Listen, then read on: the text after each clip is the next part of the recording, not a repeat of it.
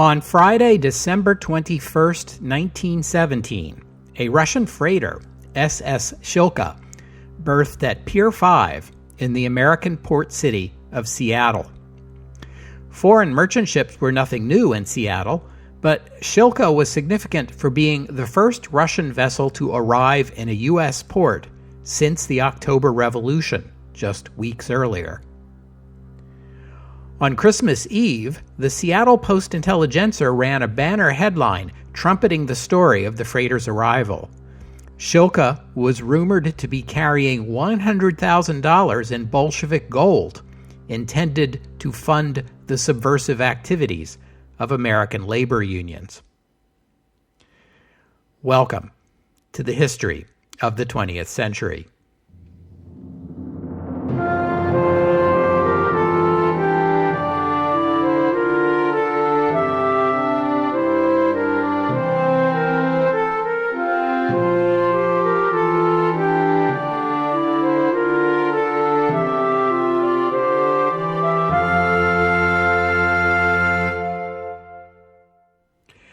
Episode 203, 1919, The United States, Part 1.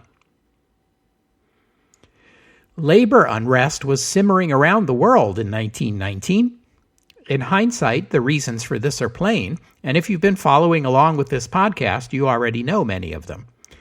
The world economy grew dramatically from 1871 to 1914, and the middle class expanded, but the working class was left behind, mired in a miserable poverty that left many wondering if modern liberal democracy and capitalism could or would ever improve the lot of those stuck in the lower classes.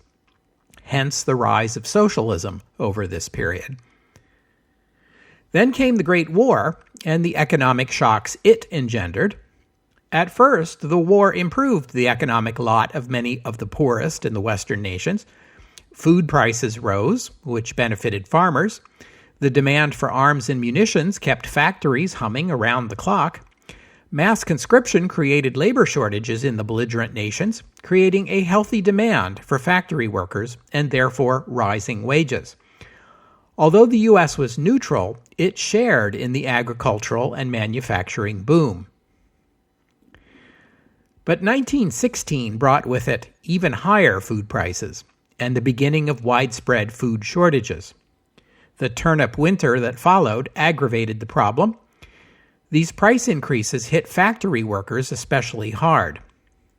In the United States of our time, American families typically spend about 10% of their income on food, and almost half of that is spent in restaurants. In 1917, Americans spent 40% of their income on food, and that number was likely above 50% in many working-class families, and they rarely ate out. I have to say here that even I remember a time when most Americans regarded eating out as a major extravagance, something you only did on birthdays or anniversaries or other special occasions. In traditional societies, poor people typically lived in the countryside and could grow or raise their own food to supplement their income. But the modern poor are urban. They live in rented apartments and don't have access to land where they could grow vegetables or raise chickens. Cash for food is their only option. You can understand the frustration and disillusionment of these workers. Many had recently landed the highest paying jobs of their lives. They had been looking forward to a better life. Many had signed new leases and moved into new and more comfortable housing. Now, just months later, rising food prices had eaten up the pay increase and more, squeezed the family budget, and left them no better off than before. By 1917, 1918, 1919, many were worse off than before, despite enjoying their largest ever paydays. In 1919, people didn't yet call this phenomenon inflation. They spoke of the high cost of living, sometimes abbreviated HCL, and this was a phrase on everyone's lips. The high cost of living helped spark the February Revolution in Russia 2 years earlier, And the inability of the new provisional government to contain food prices helps explain its rapid loss of public support. The high cost of living triggered worker unrest and strikes and demonstrations in Austria-Hungary and Germany that contributed to their collapse and the end of the war. Labor unrest triggered violence and political backlash in Italy. It led to rice riots in Japan that brought down the Japanese government and to waves of strikes in the United Kingdom and the United States. France alone, among major powers, seems to have avoided the worst of this unrest, which I suppose you can attribute to a combination of the productivity of French farms, an efficient rationing system, and a patriotic spirit among a people who had so many enemy soldiers on their home soil. In the U.S., a combination of high levels of agricultural production, wage and price controls, and appeals to patriotism kept a lid on the pot for a while. But by early 1919, with the fighting over and the soldiers coming home, American workers were growing impatient. Food prices were still high, while those returning soldiers were returning into the job market. Job opportunities became scarce, which tended to push wages down. And then there's the racial dimension. White working-class soldiers from the big cities returned expecting to take up their old jobs, only some of them found that their services were no longer required because they had been replaced by African American workers. The summer of 1919 would become known as the Red Summer, red as in the blood of those killed in the worst racial violence in U.S. history. But I'm saving that story for next week. This week, allow me to begin by directing your attention to the port city of Seattle, Washington, at the northwest corner of the United States, with a population of about 300,000 in 1919. Seattle had gotten its start as a lumber town, where timber harvested inland was brought down to be sawn into boards and shipped to market. In the 1890s, the Klondike Gold Rush made Seattle the principal port of departure to Alaska and the Yukon, and the city prospered as a transportation and supply hub for would-be gold miners and their gold wealth. The shipbuilding business boomed. Seattle was also a big union town, and in the early years of the 20th century, the Industrial Workers of the World, the IWW, also known as the Wobblies, had a strong presence in the city. Nearby Everett, Washington, was the site of the so-called Everett Massacre, also called Bloody Sunday, on November 5, 1916, when a ship full of Wobblies from Seattle attempted to dock at Everett so the Wobblies could demonstrate in support of the Everett shingle workers' strike. The ship was met by a mob of over 200 so-called citizen deputies appointed by the Snohomish County Sheriff. These vigilantes fired on the ship and forced it back to Seattle. They then arrested some 70 local Wobblies in Everett. At least 7 people were killed, all by vigilante gunfire. Then came the Great War, which further stimulated the shipbuilding industry as the U.S. government scrambled to acquire shipping capacity to send soldiers and supplies to Europe. Wage controls were imposed. Labor union leaders like Samuel Gompers of the AFL, the American Federation of Labor, pledged to cooperate with government and industry for the sake of the war effort. The IWW was more militant, and over 100 Wobbly leaders were prosecuted under the Espionage Act, which we discussed back in episode 158. In December 1917, this Russian freighter, Shilka, arrived in Seattle, as I described at the top of the episode, and rumors flew that the ship was part of some insidious Bolshevik plot to work with the IWW to spread communist revolution in the United States. The Wobblies sent a delegation to Pier 5 to welcome the ship and embrace the free Russian men who had thrown off the shackles of capitalist oppression. The members of this delegation were promptly arrested under the Espionage Act, along with one of the Russian sailors who had left the ship to speak with them. Shilka was searched and was determined not to be carrying any gold, but rather a cargo of licorice root, beans, and peas that had begun its journey to the U.S. before the revolution had broken out back home. Undeterred by facts, the Seattle Post-Intelligencer next floated speculation that the proceeds from the sale of these Bolshevik peas would be spent to foment revolution. Stories about the mysterious communist ship spread to newspapers in Portland, in San Francisco, and to New York. Schilke left Seattle in January 1918, carrying a load of pig iron bound for Japan, but the tensions it had revealed between the labor unions and the local authorities lingered. By January 1919, the shipbuilders in Seattle were feeling the same pinch as workers across the globe. They had gone nearly 2 years with wages frozen by federal fiat while the cost of living was steadily rising. Well, the war was over now, wasn't it? On January 21st, some 35,000 shipyard workers in Seattle went on strike for higher wages. The Emergency Fleet Corporation, which had been created by the U.S. government to acquire merchant ships for war needs, was the biggest customer of these shipyards. The head of the EFC sent a telegram to the shipyard owners organization in Seattle, called the Metal Trades Association. In it, he warned that the EFC would cancel its contracts with any shipyard that gave in to the workers' demands. Unfortunately for him, his telegraph was delivered to the offices of not the Metal Trades Association, but the Metal Trades Council, which was the union that had called the strike. To the union leaders, this telegram was proof that the U.S. government was conspiring with the shipyard owners to break the strike. There were other overt anti-union activities. Strikers were denied credit at Seattle grocery stores. The police raided a co-op that had been created to distribute food. Seattle was one of the most unionized cities in the nation at the time, with dozens of AFL locals and a strong IWW presence. The Metal Trades Council reached out to the Seattle Central Labor Council and asked for all labor unions in the city to call a general strike. They agreed, over 100 labor organizations in all. This was the first general strike in U.S. history, and it shut the city down.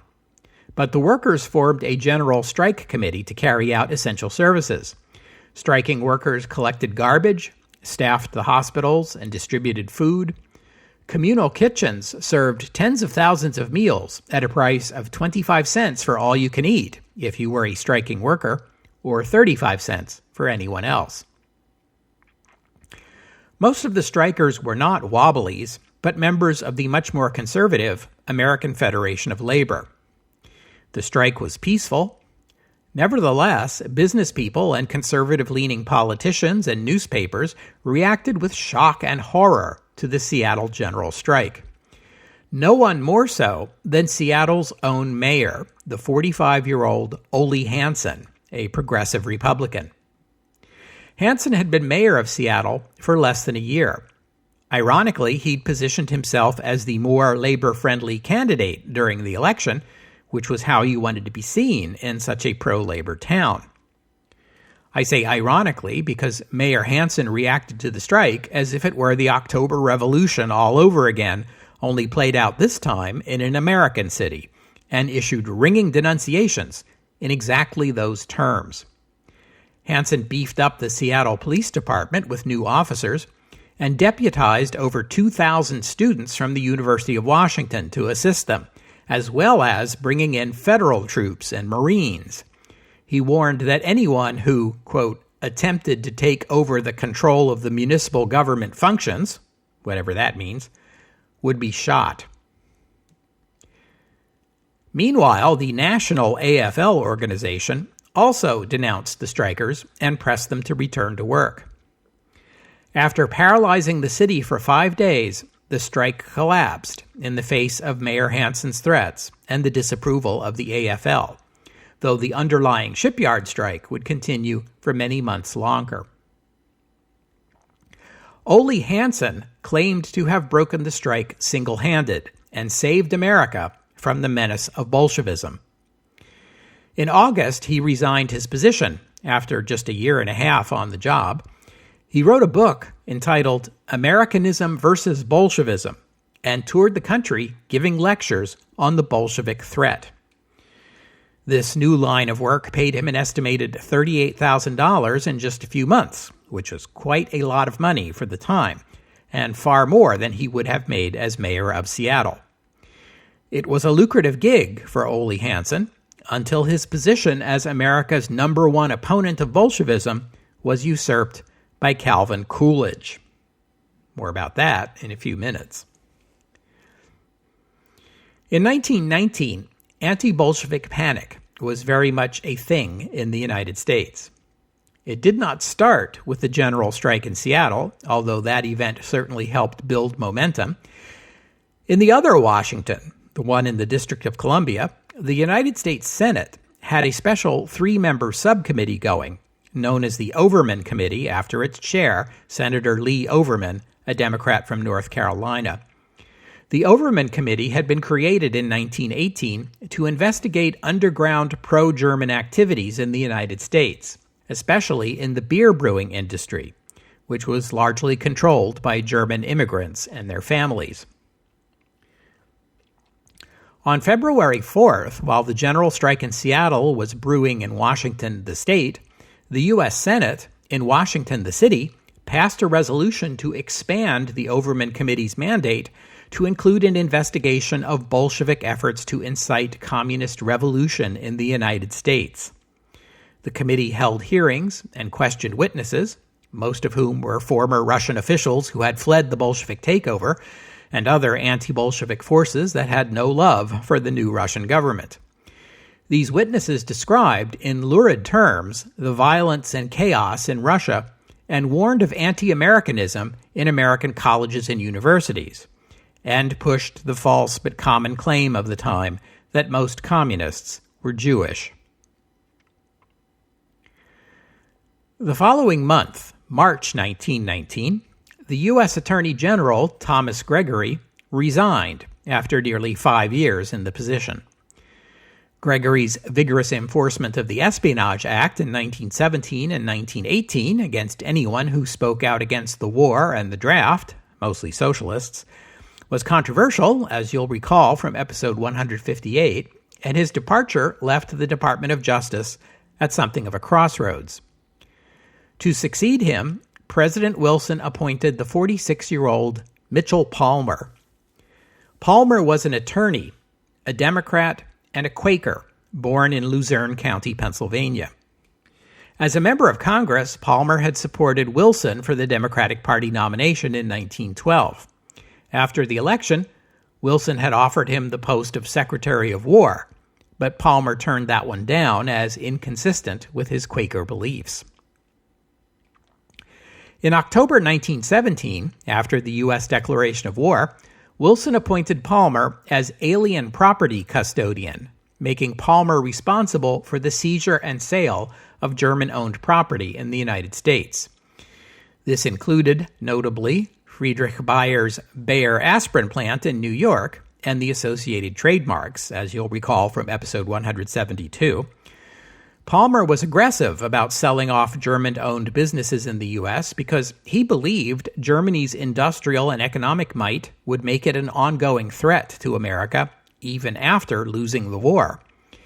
His policy, therefore, was to minimize the share of the U.S. economy that would be German-controlled. As alien property custodian, Palmer had appeared before the Overman Committee to testify against the beer brewing industry. Palmer told the committee that the brewing industry was riddled with German sympathizers and was working covertly against the war effort. But that was 1918. Now it's 1919. The Overman Committee is investigating Bolshevism, and Mitchell Palmer is Attorney General. Less than 2 months after he was appointed to the position, barely enough time for the gold lettering on his new office door to dry, the United States was rocked by an anarchist mail bomb campaign, one that sent about 30 bombs to prominent figures in business, government, and law enforcement.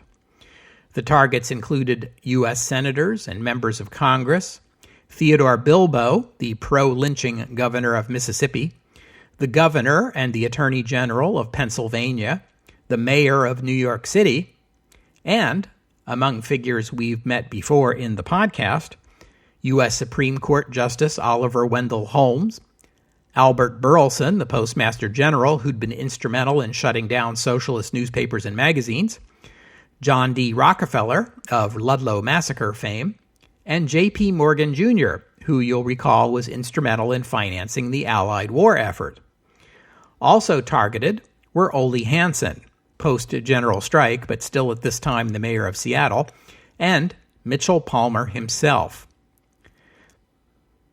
The anarchists behind the mail bomb campaign had tried to time the packages to arrive on May 1st, the International Workers' Day, although the first of them reached their destinations 3 days earlier, on April 28th. Many of the packages were intercepted by the post office or failed to explode as intended. Those that did mostly injured the staffs and servants of the would-be targets, in some cases seriously.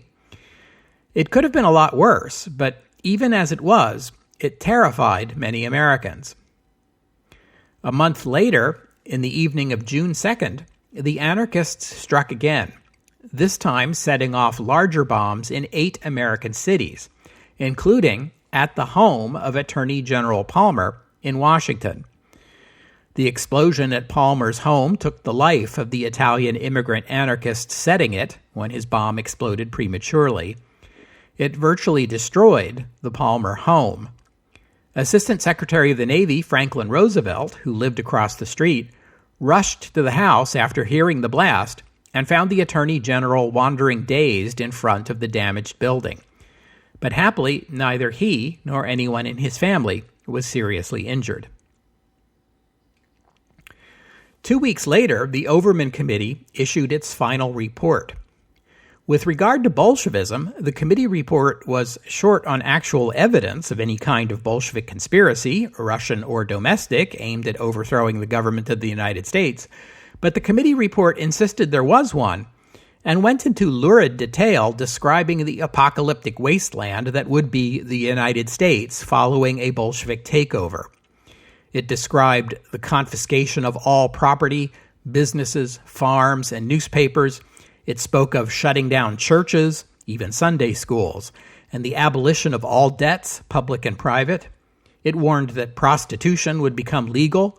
There would be no democracy, citizens would have no rights, and would be subject to military conscription and forced labor.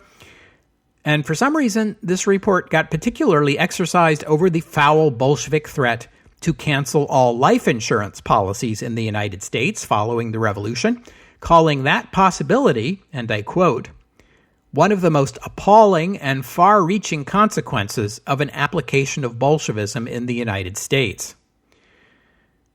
Well, your mileage may vary, as they say.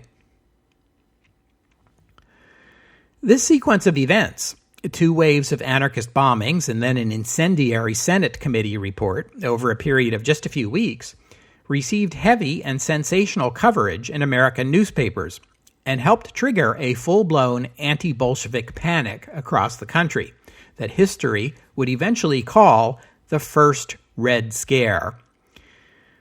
Attorney General Palmer warned the nation that the Bolshevik uprising could come any day now and asked Congress for a 30% increase in the Justice Department budget to help fight the menace.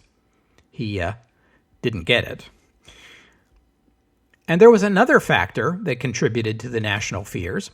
The summer of 1919 saw more racial violence in the U.S. than any year before or since. Again, that's too big a story for me to include in this week's episode, so I'm going to defer it until next week. But I mention it here because it meshes closely with the Red Scare. Many white Americans saw the racial violence as of a piece with the anarchist bombings and the labor unrest, and further evidence that revolution was just around the corner. Newspapers reported as fact that Bolshevik agitators were stirring up African American violence against white Americans. This despite the fact that most of what I'm delicately referring to here as racial violence was in fact white American violence against African Americans. Curiously, the question of who exactly was stirring up white Americans to commit violence against their African American fellow citizens was left unaddressed.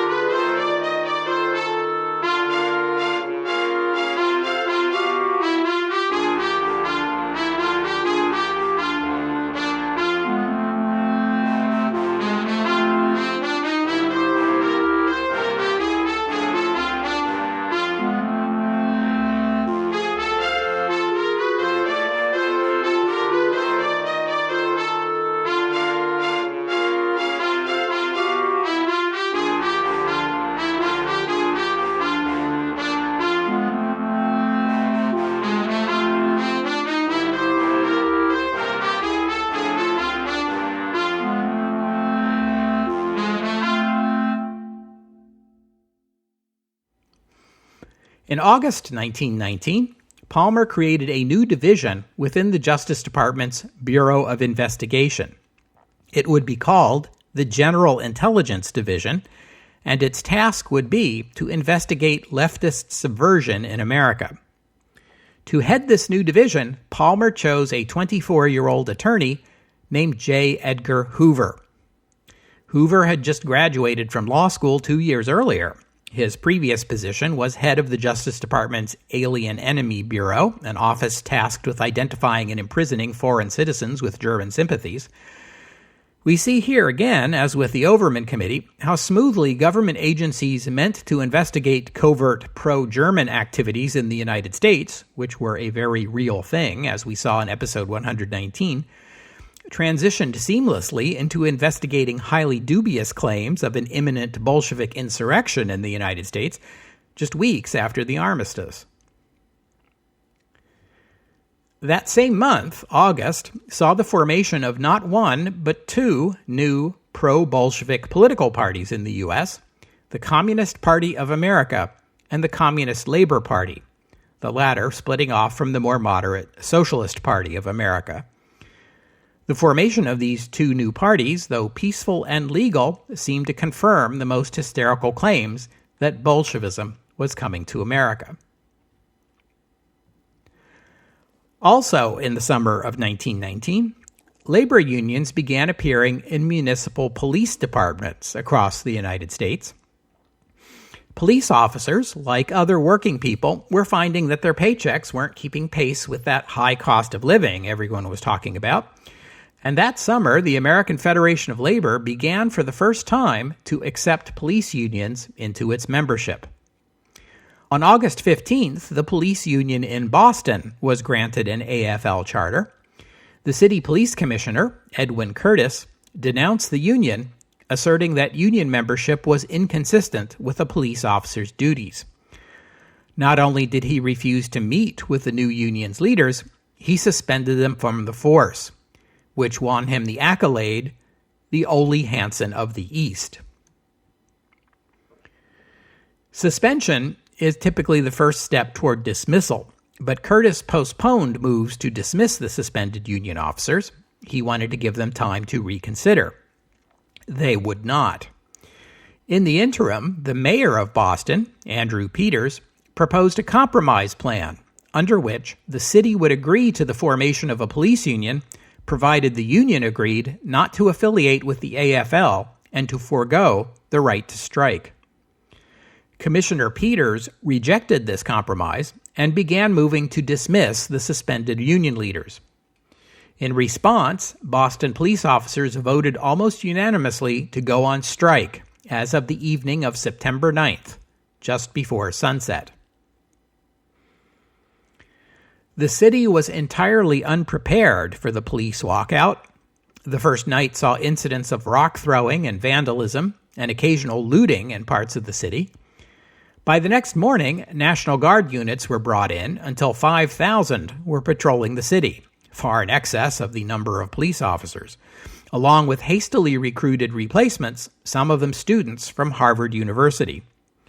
Barbed wire and machine gun emplacements were set up around public buildings and banks. Boston was peaceful by day, but disorder continued over the next few nights. 9 Bostonians were shot and killed, 8 of them by the police replacements. So, was the strike disruptive? Did it allow a surge of crime and violence? It surely did, but the sensational newspaper coverage it received was way over the top, incorporating inflammatory terms like radical, Soviet, chaos, terror.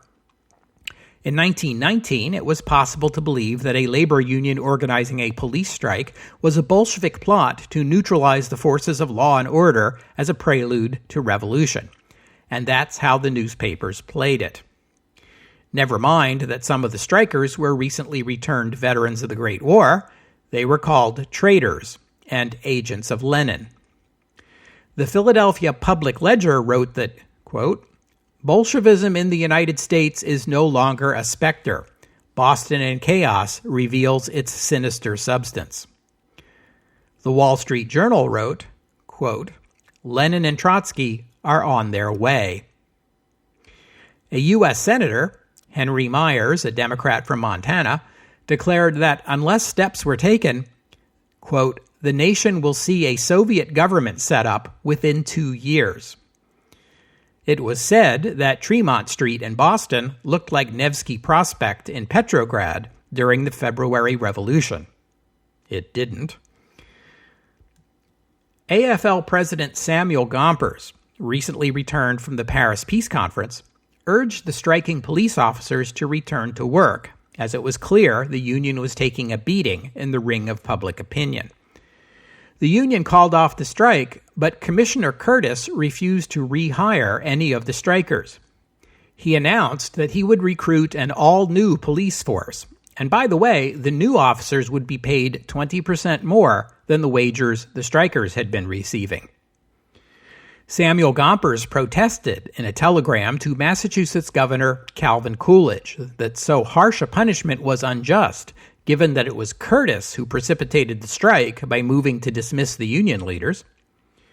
Coolidge replied to Gompers with a tart telegram that read in part, and I quote, Your assertion that the commissioner was wrong cannot justify leaving the city unguarded. There is no right to strike against the public safety by anybody, anywhere, at any time. Coolidge's telegram was printed and quoted in newspapers across America, particularly that pithy final line, and his stance was applauded everywhere. One Boston newspaper called Coolidge, quote, the winner of a shining triumph for straight Americanism. Over the months that followed, Coolidge would displace Ole Hansen in the popular imagination as the man who had single-handedly saved America from the Bolshevik menace of collectivization, prostitution, and the end of life insurance as we know it. In 1920, his new fame would propel him to the Republican nomination for Vice President of the United States. The U.S. experienced 2 more major strikes in 1919, in the steel industry and in coal mining. Here it was the same story. The strikes were condemned by industry leaders as instigated by Bolsheviks and denounced as part of a larger campaign to paralyze the nation and spark revolution. The steel strike began in September, just days after the end of the police strike in Boston. State and local authorities in Indiana, Pennsylvania, and elsewhere attacked picket lines and clubbed striking workers, arresting them by the thousands. Martial law was declared in Gary, Indiana. The steel companies hired tens of thousands of replacement workers, most of them African American and Latino American. The strike collapsed by the end of the year, along with the union. There would be no further significant labor action in the United States until the 1930s. There was little response from the Wilson administration to the steel strike because the president suffered a stroke on October 2nd, just a week and a half in. When coal miners went on strike on November 1st, the country heard another round of accusations that the strike was instigated by Bolsheviks. Attorney General Mitchell Palmer took the union to court and obtained an injunction against the strike under the Lever Act, which you'll recall was emergency wartime legislation giving the federal government power to regulate and ration food and fuel. This injunction was controversial. The labor unions protested that the war was over and had been for a year. Technically, the U.S. was still in a state of war since it had not yet ratified the Treaty of Versailles. Spoiler alert, it's not going to. But the point was that there was no more war effort, no more mobilization, no more soldiers abroad. So what was the justification for exercising emergency wartime powers? Even within the administration, there was division, with the Secretary of Labor opposing the Attorney General's injunctions on the grounds that President Wilson had already promised the labor unions that the Lever Act would not be used against them, back when the bill was introduced. But Wilson himself was too ill from his recent stroke to make policy decisions or settle policy disputes within his cabinet, and so the administration remained divided against itself. I'll have more to say about Wilson, his stroke, and the campaign to ratify the Treaty of Versailles in a couple of episodes, but we'll have to leave it here for now. Not that Mitchell Palmer was content to leave it there. Despite the fact that he had himself twice been targeted by anarchist bombs, Palmer had at first seemed reluctant to move against this supposed Bolshevik threat, even drawing criticism for his mild response. But the coal strike seems to have been his tipping point. Besides seeking that injunction, Palmer sent a report to the U.S. Senate affirming that Bolshevik threat and attributing to it not only labor actions, but the upsurge in racial violence the nation was experiencing. He also turned loose the Justice Department, and especially J. Edgar Hoover's Bureau of Investigation, against socialists, communists, and anarchists in America. At 9 p.m. on November 7th, 1919, the date deliberately chosen because it was the second anniversary of the October Revolution, police and federal agents began simultaneous raids in 12 American cities, raids directed at radicals under the Sedition Act, most of whom were immigrants. Over 1,000 people were arrested in one night.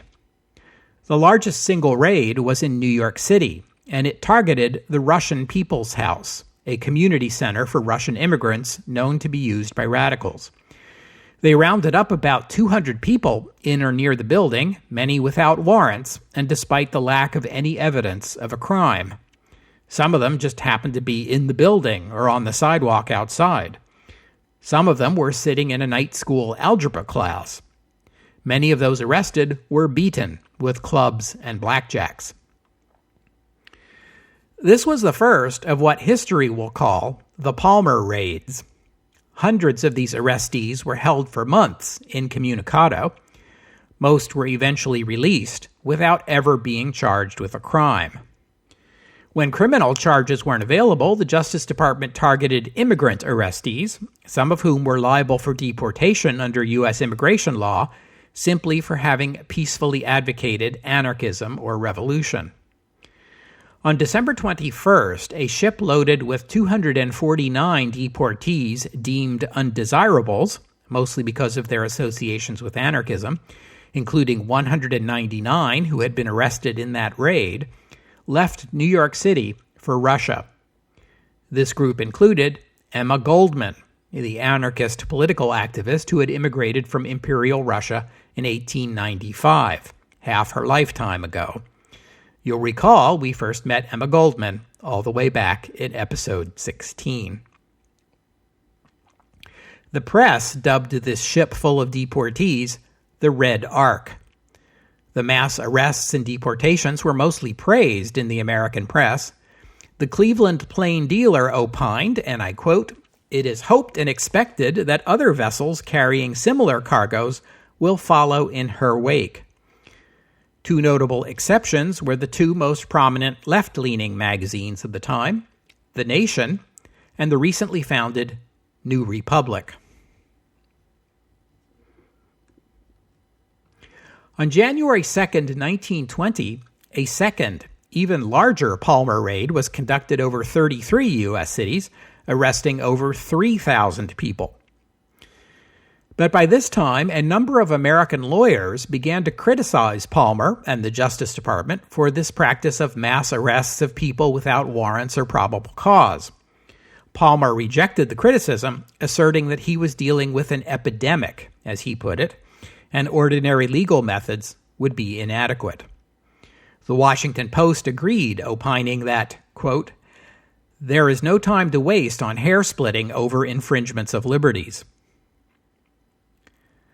By spring of 1920, Palmer was positioning himself for a bid for that year's Democratic Party nomination for president to succeed Woodrow Wilson. But criticism of his methods continued to mount. Palmer struck back at his critics, accusing them of harboring a, quote, perverted sympathy for the criminal anarchists. He began to predict that the Bolsheviks were planning an armed revolution for the coming May Day. But over time, the fear of Bolshevism began to subside, and Mitchell Palmer began to sound like a bit of a crank. Even his fellow cabinet members were becoming skeptical. Navy Secretary Josephus Daniels wrote that Palmer was seeing red behind every bush and every demand for an increase in wages. When May 1st, 1920 came and went without the predicted Bolshevik uprising, Palmer began to look a little silly. Federal courts began ordering the release of those arrested without charge in the raids, undermining the Justice Department's legal position. The Chicago Tribune, hardly a radical publication, printed a political cartoon titled "Mitchell Palmer Out for a Stroll." It showed a nervous, perspiring Mitchell Palmer walking down a street full of people, every one of whom, from the milkman to the police officer to the girl skipping rope, to the beggar, to the baby in a carriage, was drawn as a bearded, scruffy Bolshevik wielding a bomb. I'll post the cartoon at the website. The Red Scare tapered off after that. There would be no more raids, and Mitchell Palmer would not be nominated for president, in part because of the strong opposition from labor unions. He would instead return to the private practice of law, although he remained active in the Democratic Party for the rest of his life. He died in 1936 at the age of 64. America went a little bit crazy in 1918 with the Espionage Act and the Sedition Act and the challenging of the patriotism of German and Irish Americans and anyone else who doubted the wisdom of entering the Great War. But when the armistice came, the wave of madness didn't end. Instead, it transitioned into a rage against Bolshevism. In European democracies, like France and Germany and Italy, communist parties became an established part of the political process. But in the United States, Bolshevism, or communism, was regarded as an alien and hostile ideology from the beginning, and communist leanings as unpatriotic and antithetical to American principles. This hostility to communism spilled over into hostility against labor unions, and then against immigrants, especially immigrants from Eastern Europe and Italy, who were seen as the source of these radical and dangerous ideas. By 1920, it had subsided into an undercurrent, but that undercurrent would prove remarkably persistent. We'll have to stop there for today. I thank you for listening, and I'd especially like to thank Gerald for making a donation, and thank you to Luke for becoming a patron of the podcast. Donors and patrons like Gerald and Luke help cover the costs of making this show, which in turn keeps the podcast available free for everyone. So thank you all for that. If you'd like to become a patron or make a donation, just visit the website, historyofthe20thcentury.com, and click on the PayPal or Patreon buttons. The website also contains notes about the music used on the podcast. Some of it is my own work, some of it is licensed, but most of the music you hear here is free and downloadable. If you hear a piece of music on the podcast and you'd like to know more about it, including a link to where you can download it, that's the place to look. And I hope you'll join me next week on the history of the 20th century as we go from Red Scare to Red Summer. That's not red as in socialism, that's red as in blood. The Red Summer, next week on the history of the 20th century. Oh, and one more thing.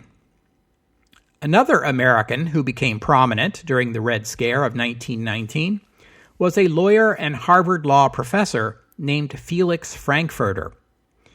He was born to a Jewish family in Vienna and emigrated to the United States with his parents when he was 12 years old.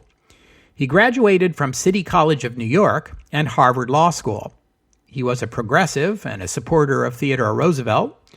When the United States entered the war, Frankfurter took a leave of absence from Harvard to serve as assistant to the Secretary of War, and then as Judge Advocate General. Then he took a position as counsel to the President's Mediation Committee, which had been created to help mediate labor disputes in war-related industries, including the dispute that led to the Bisbee deportation, episode 158. Frankfurter became sympathetic to the grievances of workers and labor unions, which earned him a reputation as a radical himself. He became a Zionist and supported the Balfour Declaration. He also spoke in favor of the League of Nations and ratification of the Treaty of Versailles and U.S. diplomatic recognition of the Bolshevik government in Russia. When the Palmer raids began, Frankfurter was one of a number of prominent lawyers who went to court seeking the release of those who had been detained. In January 1920, just a few days after the second Palmer raid, a number of prominent lawyers opposed to the raids came together to form a new organization to defend civil liberties in the United States, the American Civil Liberties Union. The ACLU's first major action was the publication of a report on the Palmer raids in May of 1920, just after Palmer's May Day uprising had failed to materialize. Entitled, Report Upon the Illegal Practices of the United States Department of Justice, it enumerated the many violations of the law committed during the Palmer raids, calling them, quote, utterly illegal acts committed by those charged with the highest duty of enforcing the laws. This report, along with the failed May Day prediction, did much to diminish Mitchell Palmer's reputation. Frankfurter's work for civil liberties also brought him to the attention of J. Edgar Hoover, who labeled him, and I quote, the most dangerous man in the United States.